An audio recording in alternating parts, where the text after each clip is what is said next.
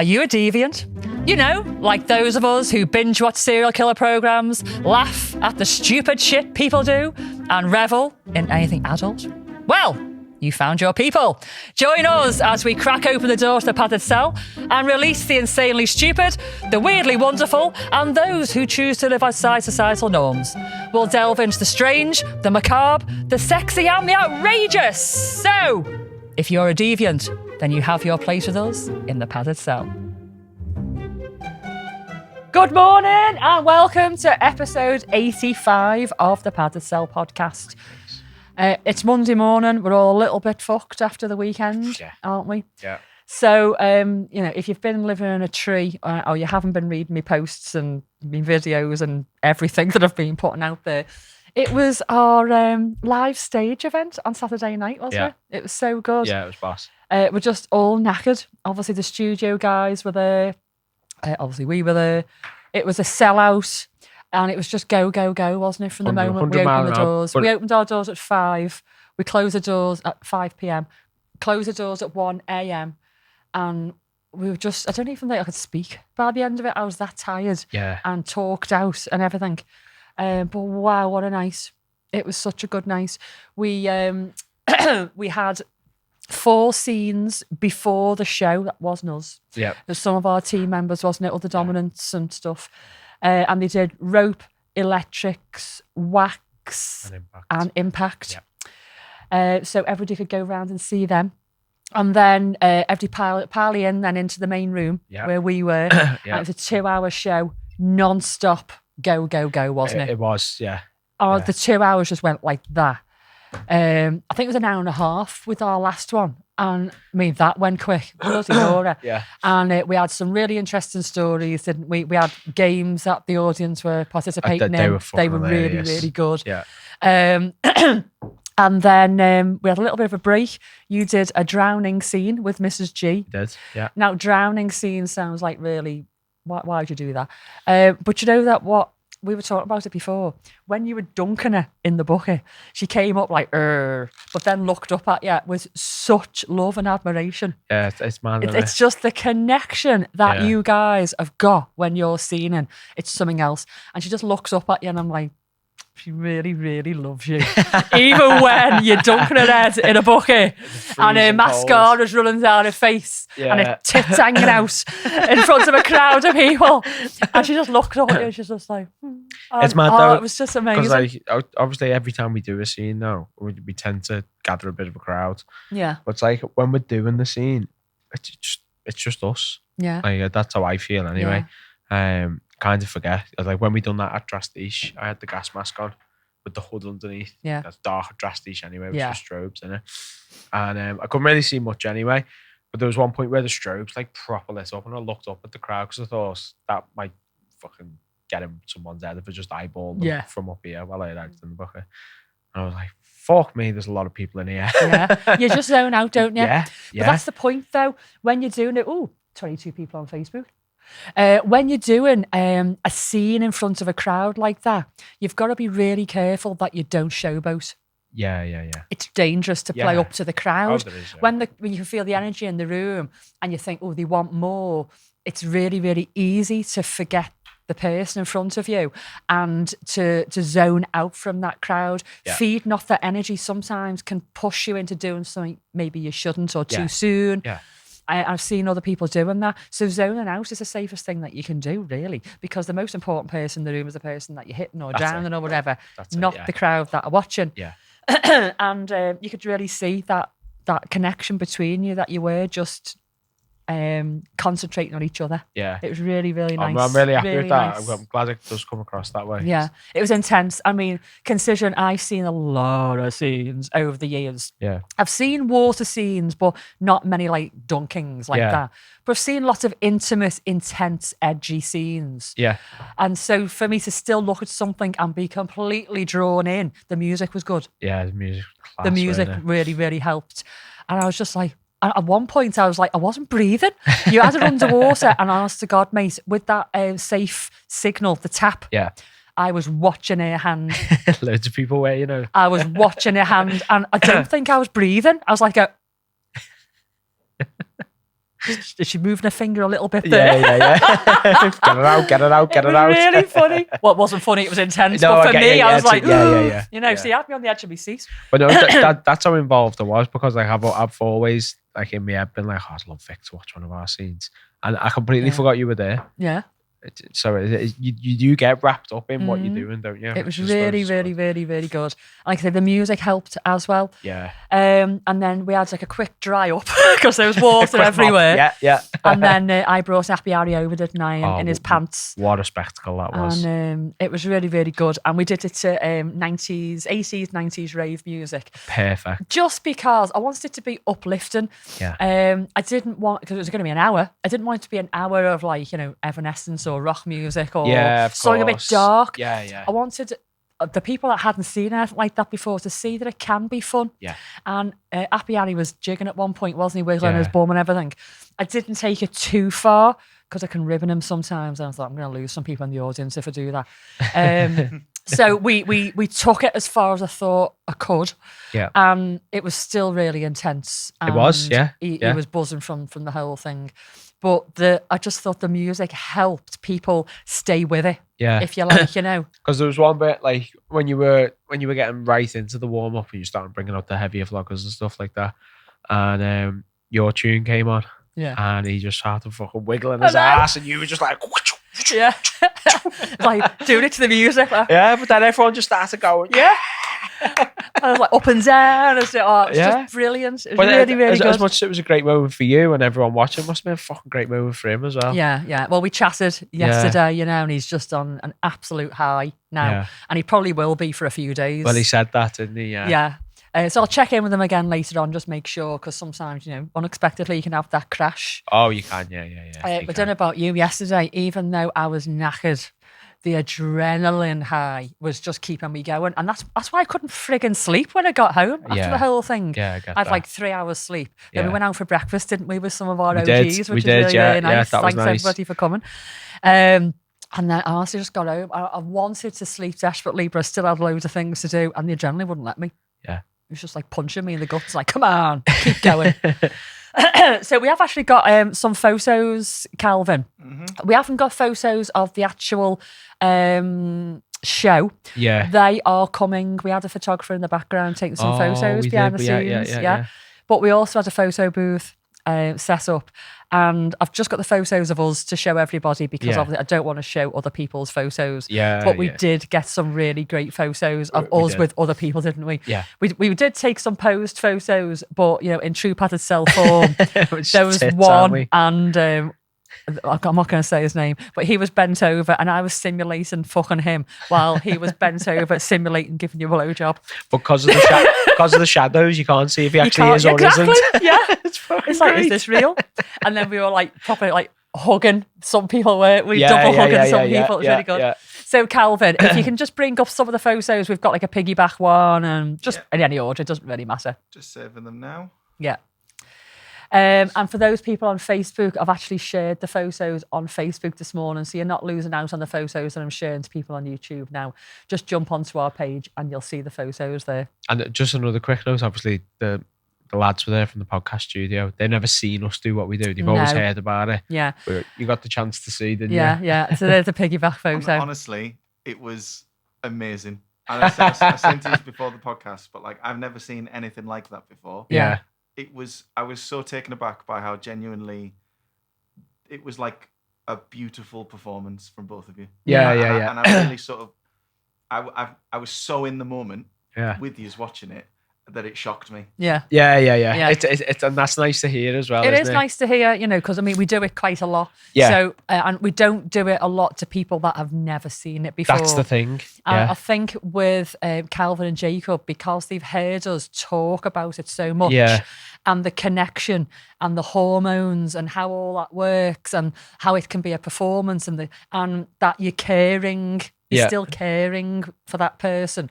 It's hard to actually visualize how that looks until you actually see it. Yeah. And you see the connection between two people and how euphoric everybody looks at the end of it. Yeah. You know, pouring in blood, but you know, he wasn't. He wasn't a little bit. Mrs. G was pouring with water though.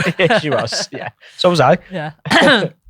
So yeah, here we go. So we've got a piggyback photo there. That's my favourite, that one. Is it? Yeah. It's really, really fun. This is a nuts and knots flogger. Yeah. Was it called the Medusa or something like that? I can't remember now. Sure. That's nuts and knots. Yeah, I was choking with that. Yeah, we just had loads and loads of fun, didn't we? Yeah. It was really, really good. I just think these photos capture the vibe completely of the night, really. And even though we were knackered, this is the beginning of the night, wasn't it? Yeah, even though we were knackered, this is exactly what we were like by the end of the night. Just opened, hadn't Yeah, they? yeah, really, really good.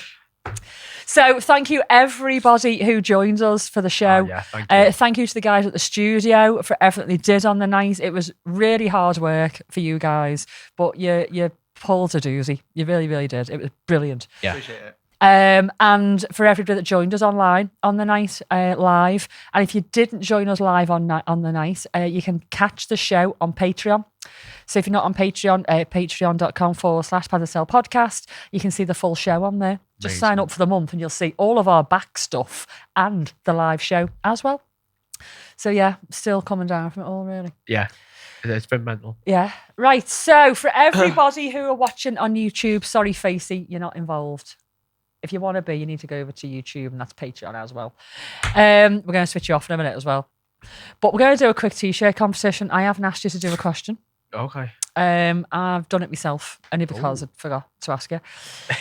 So for everybody over on YouTube, to win a t-shirt, over the last 28 days, how many Facebook views do you think we've had? That's a good one. On the Padcell podcast page?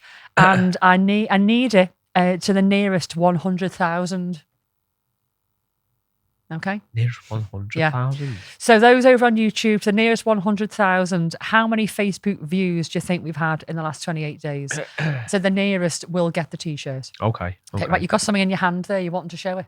Or you just fiddling I've with it? just been fiddling with it. But Sarah P's already said, like, I spot something in your hand. And yes, you have spotted something. Well, do you know what? I'm actually going to switch Facey off in a minute. And, or do you want me to show it on Facey as well? Do you know what? You can do, yeah. Sarah P will be made up if I do that. Yeah. There's a monkey fist. Yeah. Yeah. Okay, so this is a nuts and knots monkey fist. And it's in the Padcell podcast colours. Well, the green is anyway. Yeah. It's weighted. What's it weighted by, Sarah? I'm not sure. It's got some sort of a ball bearing it. Well, she's online now. So just wait for the delay. She might Sarah, what's in it, love? And obviously we've got a carabiner there, so we can be hooked onto your belt for quick release when you need it. It's just a globe knot. Oh, okay. It's fucking heavy. It's heavy, isn't it? Yeah. So it's really, really heavy and weighted there. You can swing it round. I mean, I quite like to swing these into ball sacks. What do you do with this? What do you do? I just like to get it on the arse. You just like to get it on the arse. Gives her a bit of a It's good on an arse. So Nuts and Knots, they follow us on Facebook as well. And they've got a Facebook page. They've got all sorts of stuff. Reasonable, nicely made. The quality is unreal. Really, really nice. Yeah, really nice. And they're nice people. They are. They're lovely people. Yeah, they that are. helps. Well, when you're buying from people, especially like if you know them and they're nice, you just feel like you give them back. It's a two-way exchange, isn't it? You know, they're providing you with some really nice kit. Yeah. You're obviously putting money in their pocket, but you're helping a friend. Yeah. And you're helping a crafter who's putting the time and effort in. It's not. Yeah. I hate to say it, it's not a factory in China. Soz.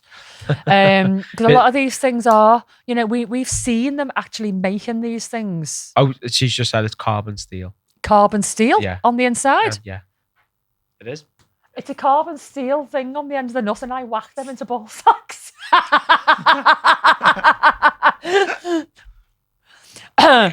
No wonder they retract. Fucking hell.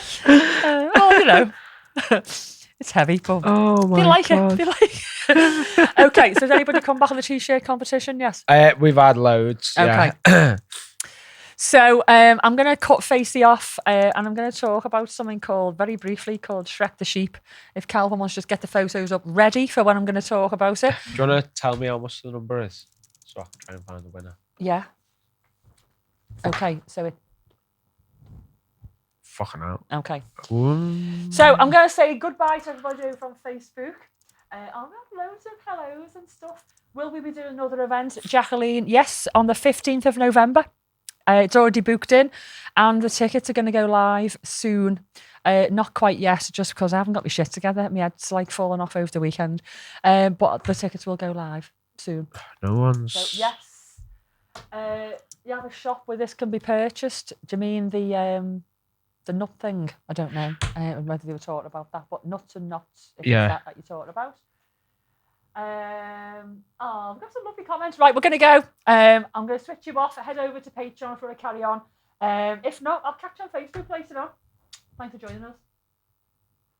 Right, see the way I'm doing that now? Fucking straight on the button. Yeah, but just you're not going to be able to beat them then, are you? Okay, so Hubby says 2.2. Now, she said she wasn't going to win another t-shirt. I know. So see what she wants to do. But she's right. But hang on, don't say it.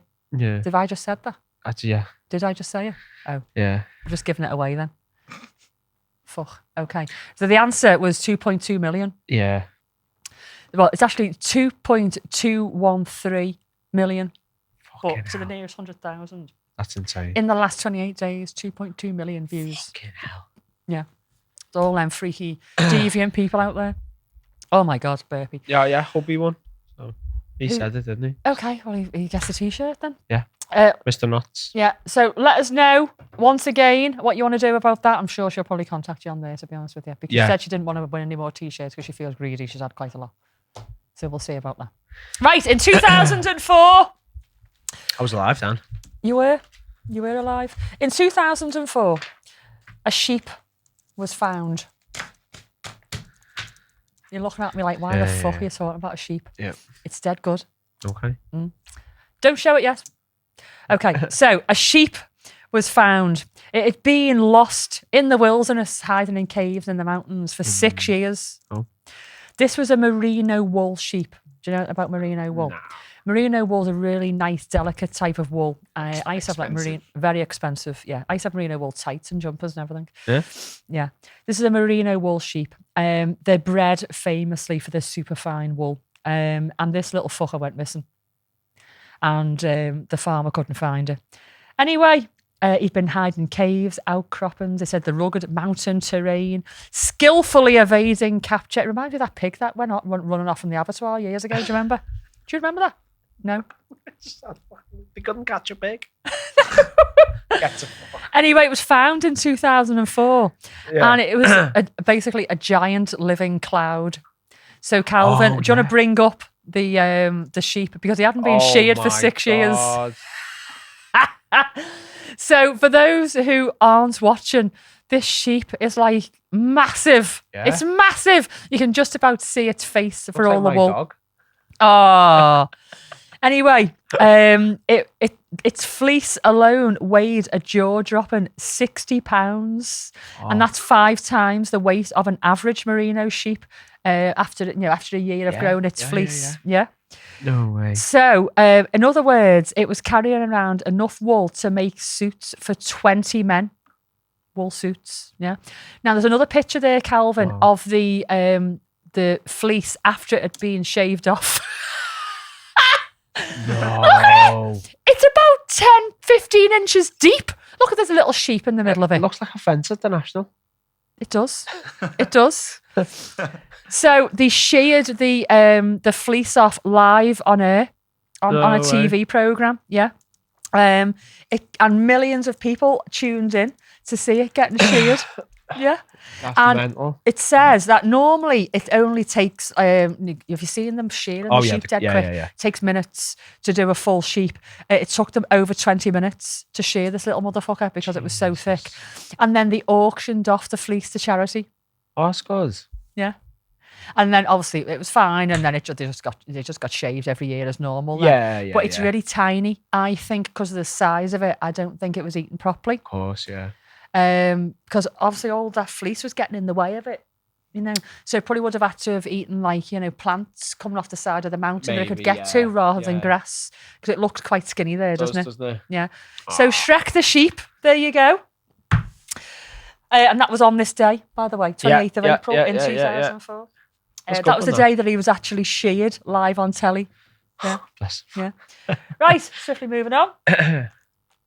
Quick slurp. I should put that on a mat, really, Jake. We'll go mad. Okay, in 1908, on the 28th of April, I wasn't alive then. a famous man was born. I'm hoping that you've heard of him. Sake.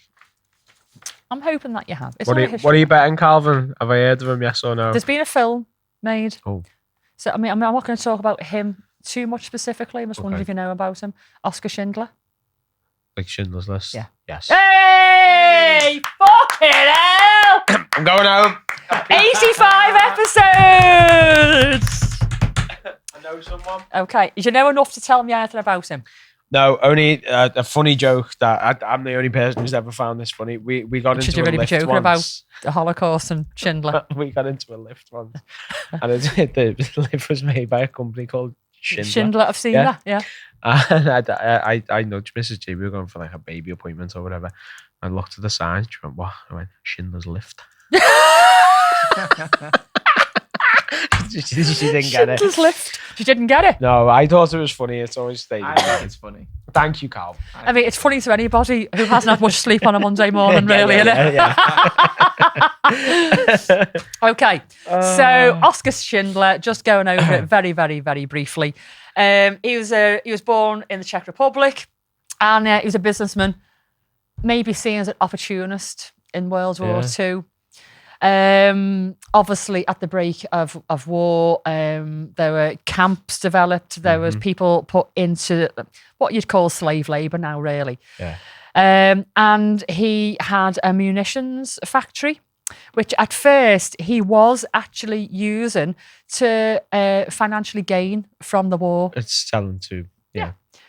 But he quickly realised that the Jews were being killed horrifically. Yeah. And obviously the workforce were Jewish workforce. He realised that a lot of these people, when they went back into the camps after work, were being persecuted, killed, gassed on in some instances. And he wanted to protect his workforce. He'd become quite close to them. Not because they were hard workers and making them money. Money became secondary in the end. But because he recognised them as people who were working hard for him, but working hard to save their lives, really. And they appreciated the opportunity that they got to actually earn money, because if they were in the camps during the day, anything could happen. A lot of them were working in the camp. And if they were, and they just like looked at somebody the wrong way, they were gone. So by getting off site into Schindler's factory, he was saving them. And he went to a massive lengths when he realised that the end of the war was coming. Soviets were advancing, and that the Jews, the Jewish workforce in his factory, then may be killed. They may be sent to the gas chamber because they wanted to get rid of all evidence, basically. He was like, okay, I can't let this happen. And so he compiled the list, Schindler's List, of all the people that worked for him, and basically went into financial ruin, paying for these people. He was bribing German officers. He was doing everything to save these lives. And there's one amazing bit in the film, which is in the book, Schindler's List. And he was like, take me ring, just one more person. It's a life, take it. Yeah. Still gets me now. And that's true. He actually did do that. It wasn't dramatised. So he saved approximately 1,200 people. That's fucking and some of them were children. He made up jobs. None of these people were skilled in munitions and armaments. Some of these people were doctors and engineers. Some of them were children, like I say, which didn't have any skills. He fucking made skills for them to save their lives. What a guy. What a guy. Yeah. And there's loads of stories like this. Yeah. But that particular film for me got me. There's one particular bit with a little girl in a red coat. The whole thing's in black and white. And he sees her running. She must have lost her parents. And then later on he sees her dead on a cart in a red coat. Yeah. There's lots of little poignant moments like that, which are just brilliant. And I don't know if you know, I went to a Jewish school, and so this was just drummed into us all the time. Never forget, all that kind of thing. So when this came out, it was very poignant for me, 1908, Oscar Schindler was born. And just quickly, we've hit a new record for YouTube watchers. Have we? 34. Guy! 34. I'm all humbled. We're peaking. 35? Oh my God! It's gone up. 35 people on YouTube. Marvellous. Right, so on the back of Oscar Schindler being born, I'm just going to segue into something else, which is leading us into our main segment. Here we go. So today is National Superhero Day. Oh, excellent. What a day. Have you got a favourite superhero? It's hard to pick one, to be honest with you. It's hard to pick one. Yeah. I think if I thought about the most popular superheroes, I like all the Batman movies, the whole dark. The Dark side. Knight is probably the best. Yeah, trilogy. but I just feel like it's been done a bit too much now. fucking It's like, how many times can you tell the same story, really? Every You know? few fucking years, it's new Batman. Yeah. I like some of the more lesser known superhero, like Marvel type superheroes that come up. Yeah. Have you got a favourite superhero, Calvin? I'm a Spider-Man. Spider-Man.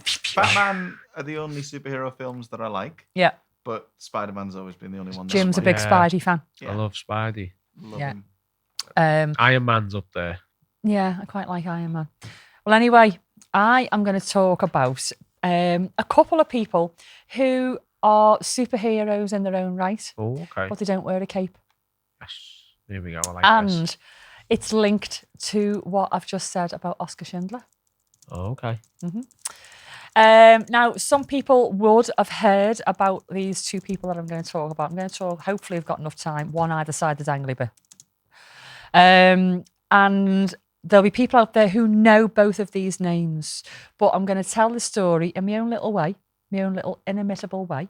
And you might learn some things that you didn't know. So the first person I'm going to talk about is called Witold Pilecki.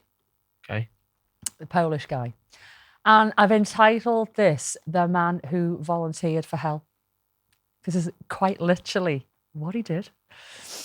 So this guy was a Polish mild-mannered army officer, basically, who was just sort of like going about his life. And when war broke out, obviously he was in the army already and serving the war efforts. But what he did instead of just staying in the army and fighting the war effort is quite unbelievable. And I don't really know many people that would probably choose to do it. He chose to volunteer to get arrested on purpose and be a spy inside Auschwitz, the death camp. Yeah. So he was in the army during the war. Would you say relatively safe? Probably not, if he's fighting the war efforts. He was an officer, though, so maybe not on the front line. I'm not too sure. But rather than stay in that role, he did get himself arrested. He set up a fake identity as a Polish Jew. Fucking hell. Yeah. And he let himself be captured during a Nazi raid. I think it was in one of the ghettos. And he was sent straight to Auschwitz, which was the deadliest camp. Yeah. Auschwitz-Birkenau. Have you been? No, we want to. You need to go. When the kids are older, that's... Obviously, again, going to a Jewish school, we went to Dachau, which wasn't necessarily known as a death camp. They did a lot of medical experiments there. Oh, okay.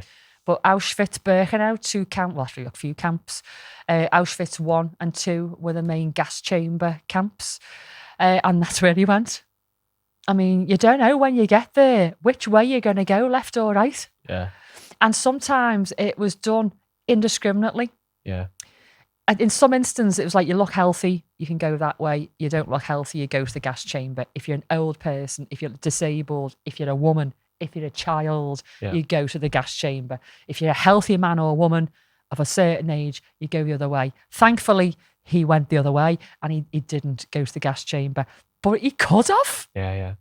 He volunteered for this, knowing that he could have just gone straight to the gas chamber. Yeah. It's just nuts to think. It's crazy, isn't it? Anyway, he didn't just lie low while he was in there. He became a secret agent, and he built an underground network right under the noses of the guards. Now, bear in mind, we're not just talking prison guards in, one of our prisons now, where they're not really allowed to terrorize people. They might enforce rules in a certain way, but they don't pull a gun. No. They don't just pick people off, this is what was happening there. And he built his underground network right under the noses. He smuggled messages. He coordinated acts of sabotage. He secreted out news reports. He wrote them out, secreted them out. He wrote detailed accounts about the horrors that were happening in the camp. And at the time, those rumours, but people didn't believe it. It was just too horrific. It's like, this is just too far-fetched. This is not happening. Yeah.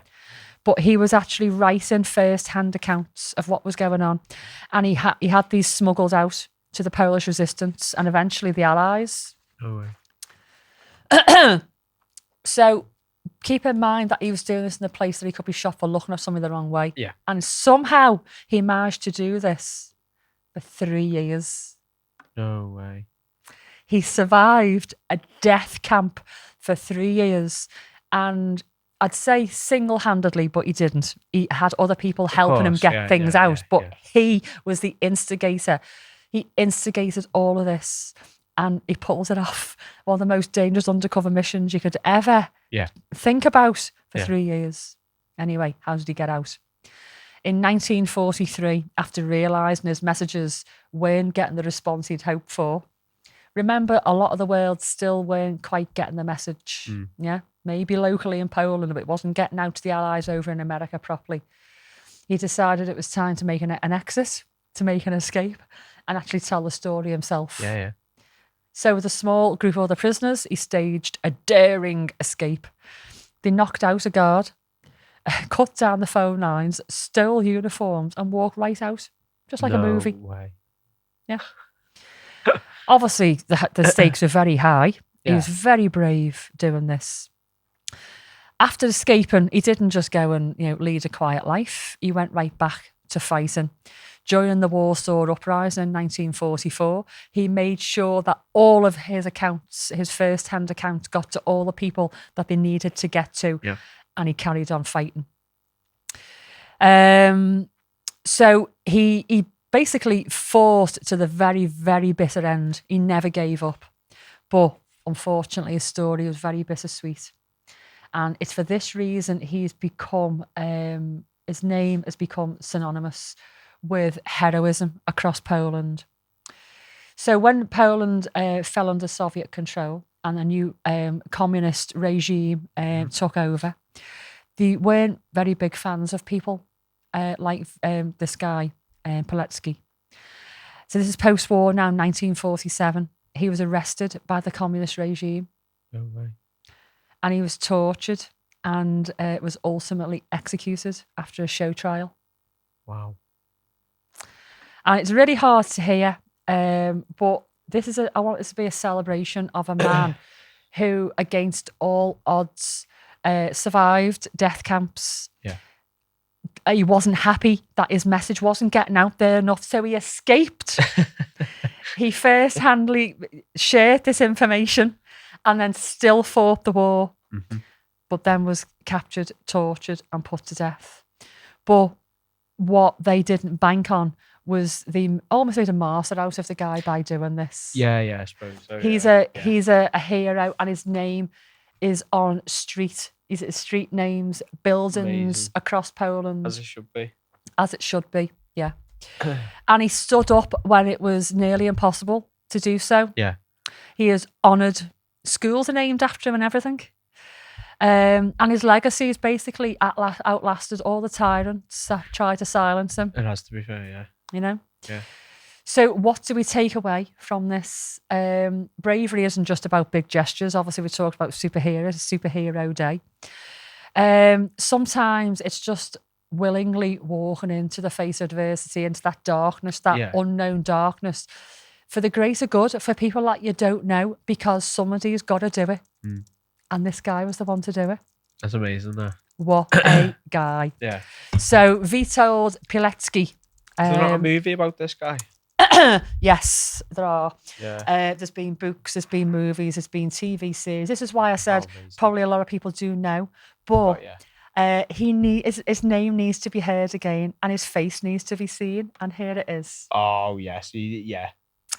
I have actually seen his face before. I didn't know why though. I'd just seen it around. So there he is in his officer's uniform. What a uniform! And there he is in his death camp. stripes. Now, when you go to these camps, you do actually see these pajamas hanging up in glass cases with like little slippers and sometimes in some cases like flip-flop type things and the little hats, and they have like small ones for younger kids and stuff. Yeah, it's very humbling. And when you go into the dormitories, you can't even get a ciggy paper between the beds. And some of them are 3 high, not just 2 high. Yeah. And the latrines, the toilets are just holes, big holes, and they're right next to each other. And I can imagine how disgusting they must have been. Yeah, and he chose to go into that. What a guy. Yeah. I seen a video recently of one of the gas chambers, and they all said they were all made out to look like showers, weren't they? Some of them were just like this room, just concrete with a fucking hole in the top. Yeah. You drop the gas in. There's a really great scene in Schindler's List, and you follow certain faces from the beginning to the end. And there's one particular, I think the girl's called Helen Hirsch, and she became the PA for one of the commandants on the camp. And she went into a chamber with one of her friends. I think they'd had all the heads shaved, they were naked, and they were trembling because they didn't know, was it going to be water that came out that shower? Or was it going to be gas? And it's really hard to talk about things like this. This is real people who a few years before were living their lives and had their homes and their families and their jobs, and then they're fucking standing there in a gas chamber. Is it going to be water? Is it going to be gas? Yeah. You just can't imagine how terrifying that must be. Not knowing and this girl, moments. and this girl in the movie, she was trembling. She played it so well. Yeah. And it was water. They survived, and they basically are being disinfected. If you like, you've been in the ghetto all this time, probably riddled with all sorts. Yeah. And they were showered, and they went on, and she went on to be the commandant's PA basically and assistant. Yeah. And that's a really nice story. Oh, nice. That's not a great word, but she survived because the commandant, played by Ralph Fiennes. He was sexy in that role. Something about a German uniform. I'm so sorry. It's so contradictory. But, it's crazy, isn't it? But he had feelings for her, but he couldn't understand them.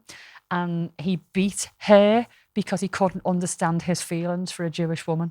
Oh, okay. Unbelievable. Very complicated. Very amazing film. Anyway, I've gone on. Right, we're going to do a quick dangly bit. Are we? Yes. Yes. With these? Yes. I know it's like a mad moment, with like poignant, and now we're going to go on to something crazy. But that's what we do, and that's why you love us. So I've got a bag full of bits that we're going to go through. We're going to go through later. Patreon bit. But these are just a few key bits. So we've been chatting with Godamish the last few weeks. Who are Godamish? Godamish, isn't it? Godamish. I think it's Godamish. Okay. And they've got a sister group called Odyssey Toys. And basically what they make of these sort of things. The like latex attachments. Yes. Silicone. Yeah. And dildos gags, and stuff like dildos, heads that go on your wands. Yeah. Just loads of, and when we were talking about all that xenophilia stuff, like different things, it seems to be the route they're going down. So this is one of the grime pads that we've got. It's like a crow's head. Crow's head, yeah. Pad the sale colours. Oh, wow. So what you do with these is you can see the straps on them. So you strap it onto your thigh. I'm just chatting for people who aren't watching. So just while he's putting it on, so for those who aren't watching, this is like about 6 inch long latex plate, which is molded into a crow with like flowers around its head. Yeah. It's like a crow's skull. And it's got like a space on its head for something to go into, which we'll talk about in a sec. Yeah. And you've strapped it onto your leg. Yeah. That's the best way I can describe it. We might actually put a picture of this on Facebook once the episode goes out. Yeah. So the idea behind it is obviously I'd be sat or you'd lay with your leg out. Yeah. You'd have a wand, doxy wand. Yeah. Which would go into that hole. Yeah. Vibrate the whole thing. Yeah. And then you'd just climb on top of that and have yourself a good time. So it's like a Sibian on the go. Yes. So you vibrate the plate. Yeah. And you straddle it. Yeah. And that's good because she can be facing you. Yeah. Necking you. Yeah. While she's getting a little jolly on her flaps from that. Yeah. It's just different, isn't Can I it? have a look at it? Yeah. Is it being used? No. Okay. No, it's fresh off the bag. I was going to go. Oh, she tastes nice. Hey, it's squishy. It feels amazing, doesn't it? Oh, do you know what? That's just a nice stress reliever in itself. Isn't it? Yeah. So then they've got these sorts of things as Oh, well. it's really pretty. And Really, really, really when nice. you get them, they send you a bullet with it as well. Yeah. So where does the bullet go in there? Well, with them ones, you get the wands. Oh, You okay. don't get the wands, but you know they're photo wands. But with these ones, you get the bullets, and you do get the straps with it. So again, it can go on your thigh. You just thread the bullet through there, and then This is totally like a Sibian on the go because we've actually got one of the. Ooh. We've actually got one of these on the Sibian. oh yeah. That's a buzzy little fucker. And now, do you know what? Those bullets sometimes, they're normally only like dead buzzy on the end. Yeah. But because that's encapsulated in there, It's a good, it's buzzing isn't it? right along. Yeah. Okay, so for those who aren't, I'm just going to turn that off so don't waste your battery. Just hold it. It's got loads of different settings on it. Okay, so for those who aren't watching, this is again like a 6-inch plate. It looks like it's got like a sausage in the middle of it with like wavy lines over the sausage, which I'm assuming is for texture. Hey, that's soft. Isn't it? Ooh, imagine rubbing your flaps on that. Oh, you haven't got flaps. I know, but I can imagine. You can imagine. Yeah. Especially when they're a little bit moist and stuff. Do you know? Yeah. They fly up and down. And it's green and black, which is nice with a nice little sort of metallic thing going on.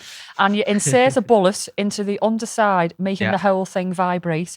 And it's got I think it's Godemiche. I don't know, or it's got their name on it anyway. Yeah. Really, really nice. It's very pretty. It's nice to look at, isn't it? Very nice. Do you know how much these would be? That's the one thing I didn't look at. Okay. So do you know what? These are really nice. Would you mind taking a couple of photographs of these? Not now, obviously. Yeah. I'll pop them on Facebook and I'll put a link in because they're a bit too nice to keep to ourselves then. They're fucking brilliant, aren't Nice. they? Really, really, really nice. And then lastly is the drool gag that they sent us. Drool gag though. Oh my God. These, you pop them in, a minute later, it's just like... Let's have a look. So if you use this one? No, we haven't used that one yet. I can see how it's a drool gag with the way it's shaped. That's what I mean. It's just... Okay. So again, for those who aren't watching, we've got a leather strap which would go around the head with a gag piece in the front of it, again in green and black with the same swirly design that's going on. Yeah. But it's like, what would you call it? Like a cylinder type shape. Yeah. With like flat... I'm not really describing this very well.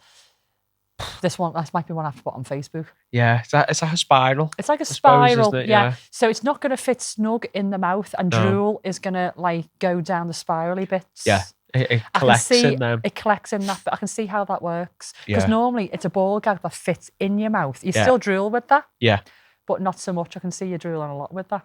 Oh, and that's stretchy.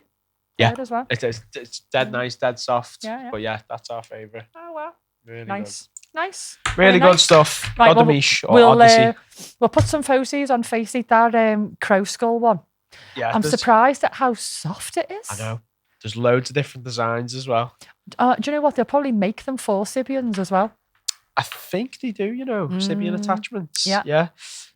Nice. Thanks for bringing those in. Right, so for those who are on Patreon, after this, we're going to go directly into another segment for 20 minutes or so. Mr. G's brought in a bag full of all this stuff. I'm just going to talk about it a little bit more. And not because we're earning money and shit from this. No. It's just that it's nice stuff. Yeah, isn't it's it? Really good. Very, very unusual, that. Yeah. Okay, right, we're going to move on quickly. Very different. We've got the fart buzzer. And I just want to give another hero a quick mention. Yeah.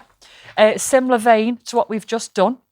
And it's a lady this time. A heroine. It's a heroine. Okay, so this lady is called Irena Sandler. Irena Sandler. And she was born in 1910 in Warsaw. Sandler's List. To fucking hell, Sandler's List. To a Christian family. So she was Christian. She wasn't Jewish. So she's a Polish Christian. And she was raised in a really nice household, loving. Her father was a doctor, and he treated poor Jewish families for free. Yeah.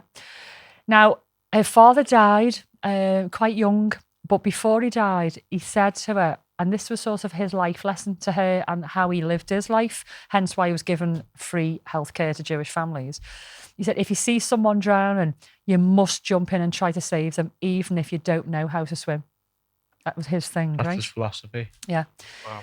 So in World War II, at the breakout of war, she saw that these Warsaw ghettos were just getting overpopulated. And obviously she wasn't Jewish, but she'd heard about how bad the conditions were getting in there.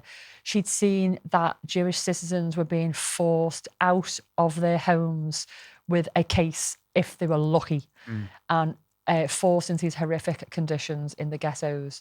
Now, she was a nurse, and we're not too sure she was definitely a social worker, but she was a social worker on paper. Oh, yeah. And she'd heard about the disease and starvation in these ghettos and the deportations to the death camps. Yeah. It was happening on like a massive basis. Yeah. And so she said that she was a social worker. Again, I'm not too sure she was. And she got into the camps saying that she needed to inspect the sanitary conditions in the ghetto. So somehow she got in there. And when she saw how bad it was in there, she started organising astonishing underground rescue operations from the ghetto. Now, again, if you've seen Schindler's List, you can see how secure these places are. Yeah.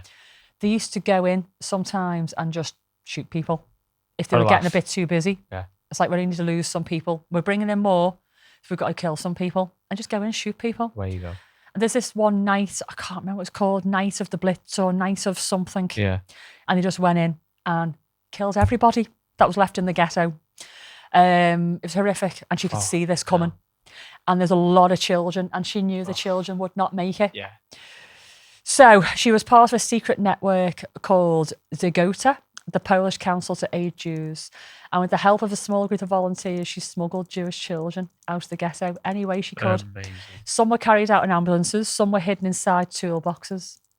Fucking hell. Some slipped through secret underground passages, and some were even spirited away in coffins. Oh, okay. Some in coffins with bodies in and hidden. God love them. Some told to play dead. Yeah. Fucking hell. Once they were out, she placed the children with sympathetic Polish families in orphanages and even convents, changing the names, forging papers, and teaching them Christian prayers to help them blend and survive. Wow. So this is the really astonishing part, and there has been some documentaries and a bit of a budget film told about it, and it was along the veins of this. I think, what was one called? Names in a Jar, or Paper in a Jar or something. She kept a meticulous record of every single child that she saved, writing their real names and their new identities, their placements on tiny scraps of paper, and storing them in jars buried under an apple tree in a friend's backyard. Oh, right. Her plan was simple. It was to try and reunite the children with their families after the war. Yeah. In total, it's estimated that Irena and her network saved around 2,500 children. Jeez. That's a lot of lives. Yeah. Do you know what? In the grander scheme of things, when you think of all the millions of people that were killed, it's not a lot. But actually, those 2,500 children would have had lives that they would never have had, and would have had their own children and grandchildren and now great-grandchildren. Yeah. And so each of those children have carried a legacy and a memory who will not let this die. They will not let people forget, and they've gone on to have their own children. Amazing. It's a big fuck you, basically, isn't it? You know? Yeah. So, such bravery really goes unnoticed by the bad guys. And in 1943, the Gestapo caught her. They arrested her, tortured her, broke her legs and feet to try and get information out of where these children were, and she was sentenced to death. But, plot twist, members of the Gokkun, the organisation she worked with, managed to bribe a German guard, and Irena was rescued literally on the way to her execution. No way.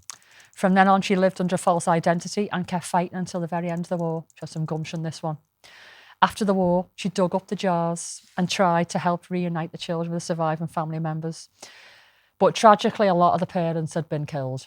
She didn't manage to reunite many of them at all, but she placed them with good families who made sure that they were okay. But thanks to her careful records, even though they weren't reunited with families, they were able to recover their real identities eventually. Yeah. And we've got a picture of her. Oh, what a woman. So there she is as a nurse and a young woman there. Now, she did go on to live a grand old life, and she died in 2008 at the age of 98 Fucking hell. of pneumonia. Look, her little face. Oh, I just want to grab her cheeks and just go, yeah. "Ooh," like that. Yeah. I just think, I'm just getting all tearful thinking about her. She was, right, so she was almost forgotten Okay. after the war. She sort of like disappeared. Yeah. Because obviously she was nearly like fucking killed. Yeah. But there has been some streets named after her, but not many. You'd think that her legacy would live on, and she wasn't. Not even a Netflix series. Oh. But thankfully, decades later, thanks to the efforts of some persistent students in Kansas, of all places, why Kansas? They put her forward for a Nobel Peace Prize. She was nominated. Wow. She didn't win. What have you got to fucking do to win a Nobel Peace Prize? Honest to God. It did cause quite a lot of side eyes around the world that she didn't win. I bet it is, yeah. Yeah. But, because the students did this, it then catapulted her name into the limelight, and a TV movie was released by Hallmark. You can imagine what it was like. Yeah. And there's been some books and stuff wrote about it, but that's about it. Really, not an awful lot. And she didn't really want the notoriety. She just did it, and she just wanted to grow old and knowing that she'd saved those lives. Oh, it's nice to have her. Yeah. So I just wanted to raise awareness about two not so famous superheroes. Yeah, I didn't know because about it was them. Superhero Day. Which doesn't say a lot, but I didn't know about them. And often it is these the quiet heroes, the humble ones, isn't it? That we need to remember. Batman and all that. Grace made millions of dollars around the world, but not real. Yeah. Not real. Yeah. And here we have two real people who save lives and are real superheroes. Thousands of lives. Yeah. How long have we got, Calvin? Couple of minutes or not anything? Couple of minutes. Couple of minutes. Shortly. Okay. I'm going to talk very quickly. Fetish factoid. Here we go. Do you know what Gokkun is? Gokkun. Gokkun. I know Goku. You don't know Gokkun? Am I right, Calvin? Oh, yes. Gokkun? No. Okay. It's a Japanese word mimicking the sound of gulping. No? Okay. It's a kink which refers to swallowing cum. It's a Japanese practice, often performed in groups. I can be one-on-one, obviously. It's basically a subgenre within the Japanese adult entertainment industry, which has really took on. And I didn't know why. It's massive. Okay. When you go onto like Japanese porn sites, cum guzzling, Gokkun, is really, really popular. It's emerged because in the 1980s and 90s, there's a censorship law banning explicit penetration porn. So Okay. you could produce porn, but there couldn't be like fucky. Anything going in, yeah. So like, yeah, not to be deterred. The Japanese adult industry said there hasn't got to be fucky. Let's just show the results of the fucky. Oh, okay. Yeah. And so what they did, they had beautiful Japanese ladies with like champagne glasses and flutes filled with semen and just gulping it down, basically. Wow. Yeah. And there's people that try and gulp down as much as possible in a competition. Mm-hmm. And they just go for it. They don't even hold their nose. Would that be something you'd do? No, not at all. If Jim could fill a flute glass, like No. Jim's. I'm not averse. Yeah. I just, when you see something in a container and it shouldn't be in there, Yeah. it just makes me go a bit. Yeah, it shouldn't be stored, really, should it? No. It's got to be in the moment. It's like, a soggy biscuit. If you don't know what a soggy biscuit is, it's when somebody comes over a biscuit and you force somebody to eat it. We do it at women sometimes. It's that. It's when you see it on a biscuit. It's not supposed to be there. Yeah, okay, when it's fresh, in the moment. Fine. Yeah. But if somebody's gonna spunk into a champagne glass and then let it go a bit cold and then a bit funky, yeah, and then somebody else is gonna add theirs to it. Ooh. No, Variant it's textures. not a kink shame. It's not for me. Yeah. I would just be vomiting. I'm sorry. Yeah. So I doff my cap to the girls who can do this, and boys. It's big in the gay industry as well. They love it. Yeah. Cum guzzlers in the gay industry, yeah. So it's got a name, Gokkun. It comes from Japan, and if you go onto the Japanese porn sites, you'll see loads of it, and they're doing it. It's like dribbling all down the side. I suppose they do that on purpose, so there's probably. And then because they don't want to lose any, precious drops of jizz, they'll do that, and they'll go. Yeah. And there's some girl came over and licked another girl's face. She cleaned it up. I know. This is a hard one for me. When we talked about Smeg, yeah, that was okay compared to this. It's just there's something about it. I don't know. Yeah. I think also it's lots of different guys' jizz. Yeah, it's a soup, innit? Yeah, and obviously with this sort of thing, it's like chicken sweet corn soup. Isn't it? I love chicken sweet corn soup. But not jizz soup. Not jizz soup. But I mean, the health and safety and all that, you'd have to get like STI checked and all that, wouldn't you? If you're in a group scenario and those guys just filling glasses with cum, you'd have to get STI checked, wouldn't you? Yeah. It's not for me. Not shaming. It's just not for me at all. I'd vomit, I think. Yeah, it's not for me. It's just a thought of lots of, a variety of jizz in one cup. Yeah. Yeah. Would you do a soggy biscuit? No. No, I wouldn't do a soggy biscuit. No. Anyway. Right, on that soggy biscuit bombshell, we're going to go. Before to go. Oh. Amy and Katie, our OGs, gave me a T-shirt. That's Thank you.